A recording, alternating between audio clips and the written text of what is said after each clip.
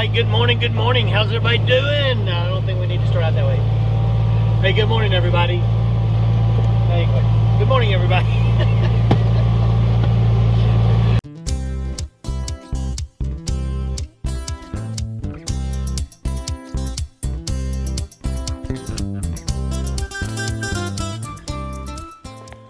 What's up, everybody?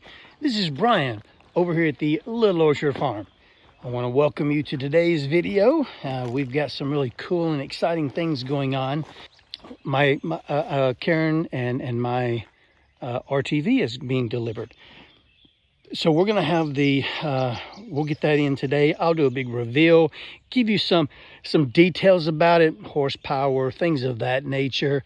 In case you're wanting to go out and maybe look for an RTV or UTV. We purchased the Kubota X1140, so we'll unveil that this afternoon. One of the big things I would like to get done this weekend is to get the tractor out and use the box blade to cut a couple of ditches. We've got some water that is, we're into wet season right now. We've gotten a lot of rain. The idea, is to get the water to drain smoothly over to the creek. And we're getting a lot of marsh buildup. Take the box blade, angle it in such a way that I'm cutting a V, that I can maybe cut a couple of trench lines or ditches, water ditches, to remove some of that water. So we're gonna try that. Never done that before, gonna try it. So stick around with us. Let's have a little fun this weekend. Let's see what we can get into.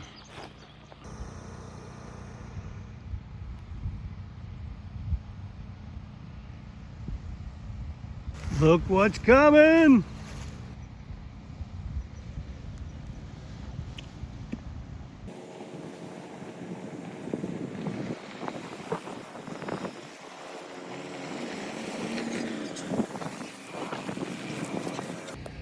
All right, so the UTV has arrived, and we're gonna get it unloaded here.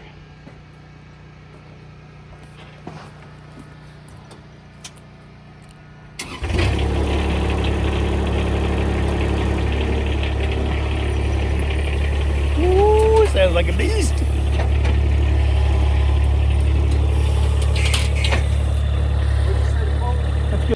Wanted to give you kind of the rundown on our RTV. As mentioned earlier, we purchased the X1140 from Kubota. We got the camouflage version of it, which is the it's the Realtree AP camouflage. Realtree AP camouflage version. This is a four-wheel drive, four-seat version of this with an extended bed. Showed you on the last video how the bed extends when we were in the showroom.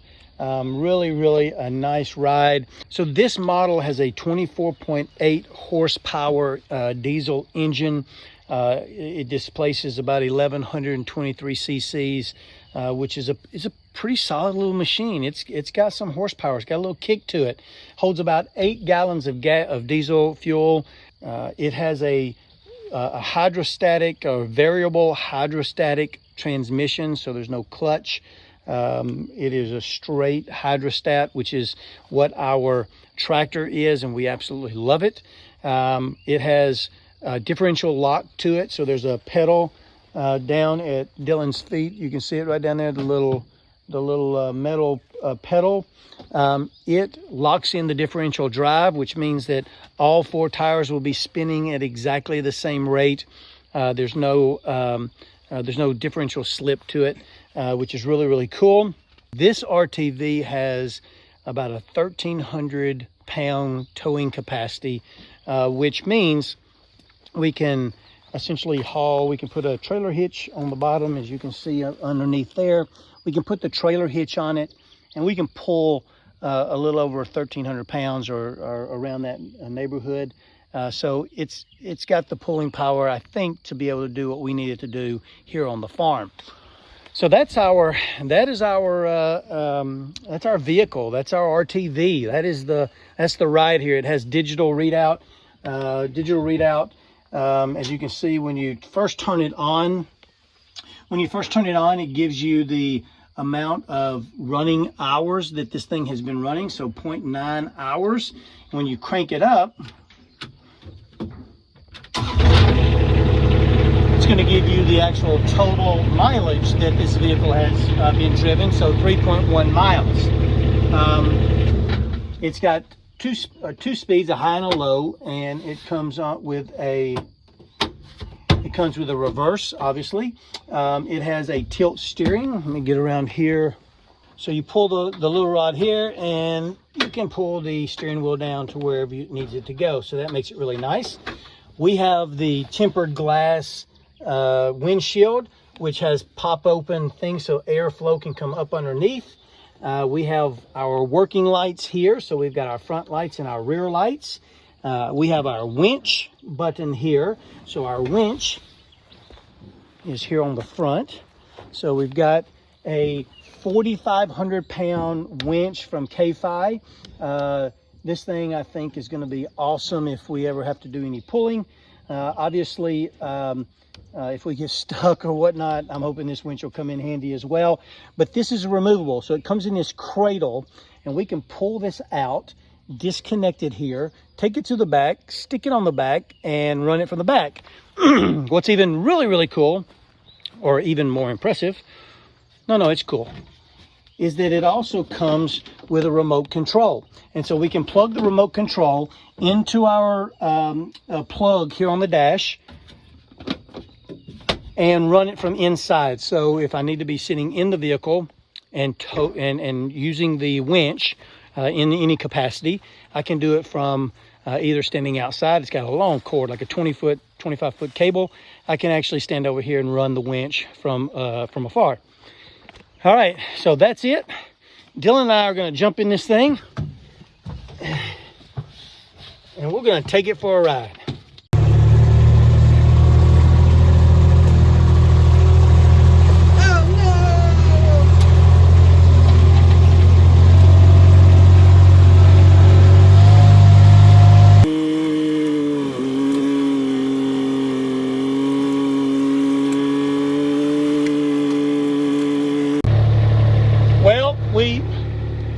We got stuck.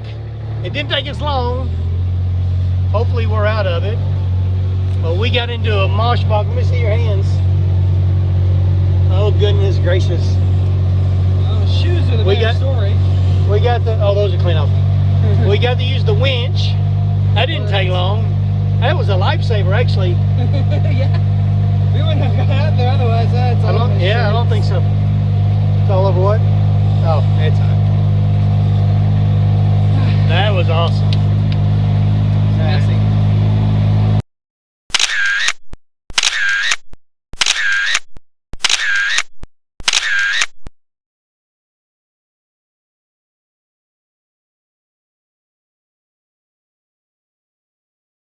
All right, so here were our first impressions of our new Kubota X1140.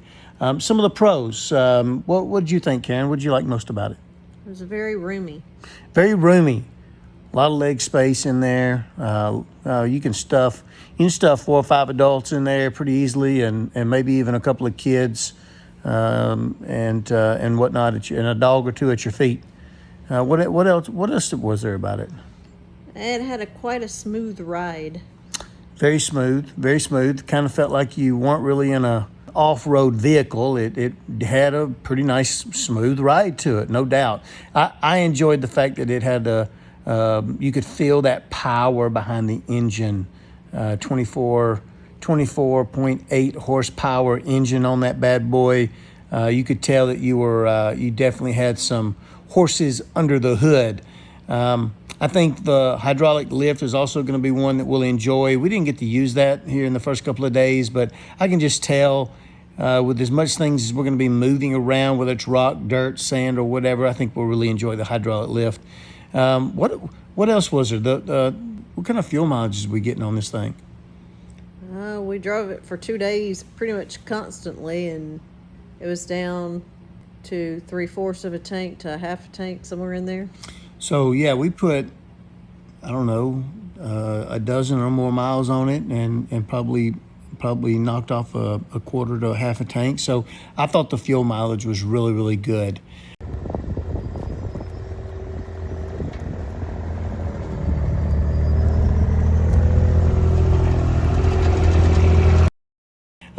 So that was the pros. Here's some of the cons. Number one, the one that stood out to me most, and I think it probably stood out to you as well, was the turn radius.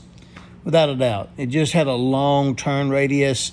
I was expecting something, a small off-road vehicle like that being able to spin on a dime, and that's not the case. It did not. It does not spin on a dime.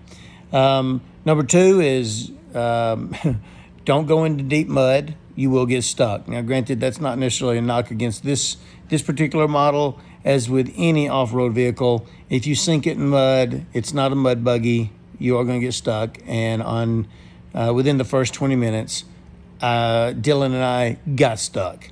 And so thank goodness for the winch. The other one, another one that was, I think, a con, the parking brake. It was very hard to release. Very, very hard. I mean, you could yank down on that bad boy and it locked, but to get it unlocked, you had to be Arnold Schwarzenegger to get the thing off. But at least you knew it was working. Yeah, well, yeah, it wasn't going to go nowhere. And then lastly, really not too bad of a knock. The boot protector, there was a boot protector on the bottom of it. It probably acted as designed. It broke. We hit a stick. It broke it. I won't call it really chintzy, but I'm going to get ticked off if I got to buy one of these things every weekend. So definitely the plastic parts on there, at least underneath, it didn't bend. It just simply broke. But anyway, there you go. There you have it. That is the pros and the cons from Karen and I on our brand new Kubota RTV X1140. But overall, you give it thumbs up or thumbs down? Thumbs up. Thumbs up. Me too. Thumbs up.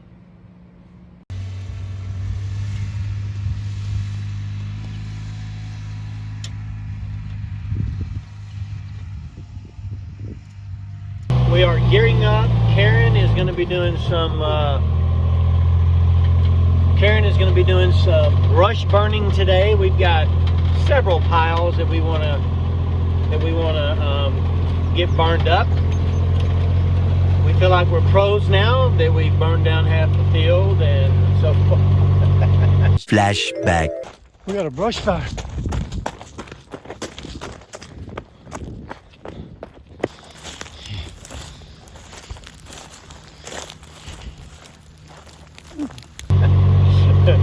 and then I'm going to get busy doing a little land contouring. I'm going to try to cut a ditch with the box blade. Never done that before. For some for some of the water management stuff here. So we're going to jump on that, and who knows what else we'll get into today. So stick around. Now let's do this. All right, so Karen and I got the box blade hooked up. Now the goal is to try to tilt the box blade to where it's slightly angled, and that way when I take the tines, the rippers, and cut through the soil, it will create a V kind of a shape, a V-shaped ditch that will hopefully funnel water. That's the goal.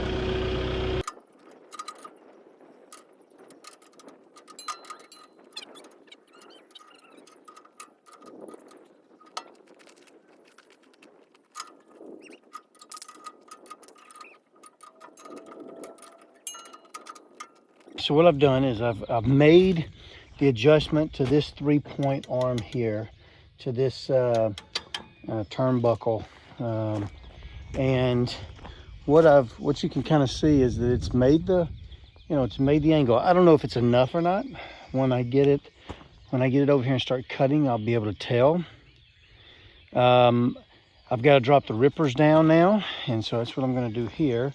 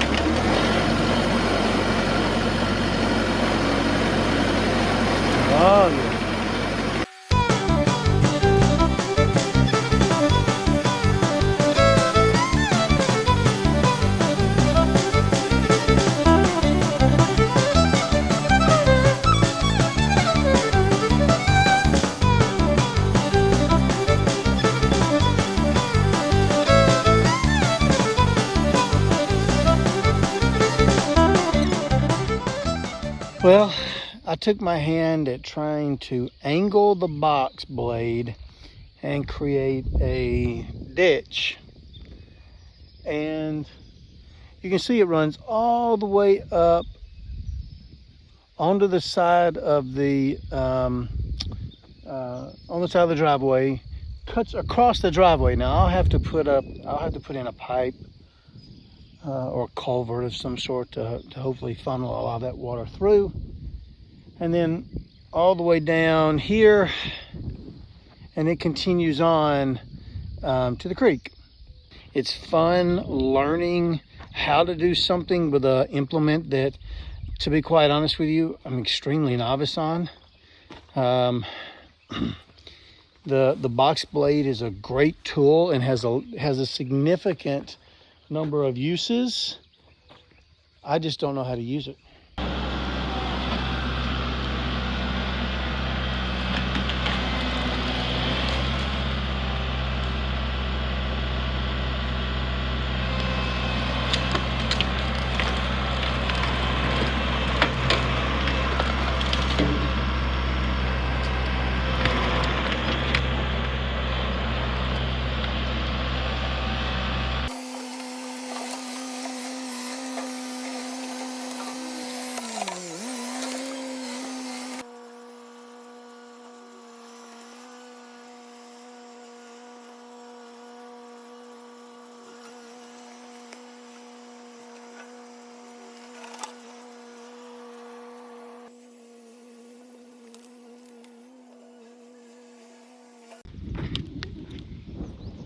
Well, all right, we're wrapping it up here on another great weekend at the Little Orchard Farm. And whether it was me trying to figure out the angle on a box blade to create a ditch, a drain ditch, you're not going to know if you can do it or be successful at it unless you try. I had an old coach once tell me it's really hard to score a touchdown when you're standing on the sidelines. The only way you're going to be able to score and be successful is if you are on the field. There's a great chance of failure along the way as well, but you'll never be successful. You'll never enjoy the life's little victories and all the blessings that come along with that unless you give it a try. And I hope you are taking advantage of all the little opportunities that you have to have a wonderful, wonderful week and be successful. Stay safe. And until next time, we will see ya.